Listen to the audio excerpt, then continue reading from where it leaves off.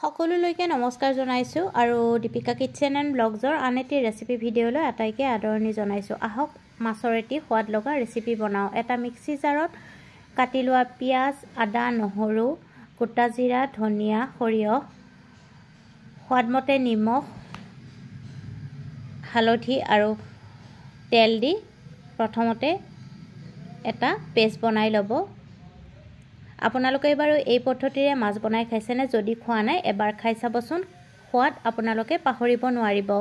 এতিয়া কেৰাহী এটা গৰম কৰি তাত সৰিয়হৰ তেল দি নিমখ আৰু হালধি দি দিব আৰু তাৰ পিছত ধুই লোৱা ৰৌ মাছৰ টুকুৰাকেইটা দি দিব লাগিব আৰু মাছ কেইপিচ ইলুটি হিলুটি কৰি দুইটা পিঠি ৰঙচুৱাকৈ ভাজি উঠাই ৰাখিব।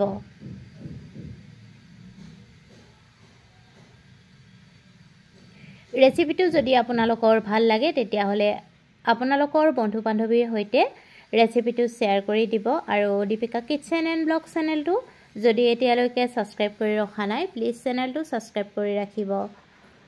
আৰু সেই মাছ ভজা তেলখিনিতে কাটি লোৱা জলকীয়া আৰু পাঁচফোৰণ অলপমান দি দিব আৰু এটা সৰু বিলাহী পেষ্ট বনাই দি কেঁচা গন্ধ গুচি যোৱালৈকে ভাজি ল'ব। এতিয়া বনাই লোৱা পেষ্টখিনি দি দিব লাগিব আৰু তাৰ পিছত পেষ্টখিনিৰ পৰাও কেঁচা গন্ধ গুচি যোৱালৈকে লৰাই লৰাই ভালকৈ ভাজি ল'ব।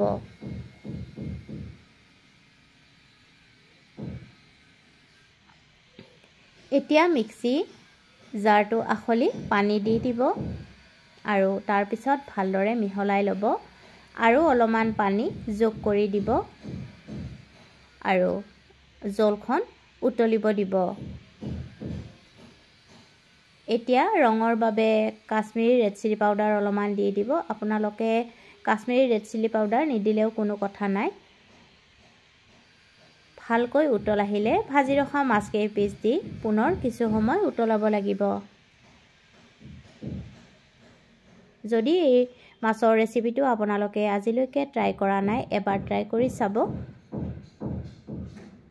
আৰু ভালদৰে উতলি উতলি জলখন ঘন হৈ আহিলে কেশৰ জুই নুমাই থ'ব আৰু নুমোৱাৰ আগে আগে আৰু দুটা কেঁচা জলকীয়া কাটি দি দিব।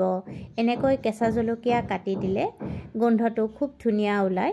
আপোনালোকেও এনেকৈ দি চাবচোন। এয়া মাছৰ টেষ্টি ৰেচিপি ৰেডি। এতিয়া নমাই গৰমে গৰমে আপোনালোকে ভাতৰ লগত পৰিৱেশন কৰক। যদি ৰেচিপিটো ভাল লাগিছে ভিডিঅ'টোত লাইক, কমেণ্ট, শ্বেয়াৰ আৰু চেনেলটো ছাবস্ক্ৰাইব কৰি ৰাখিব।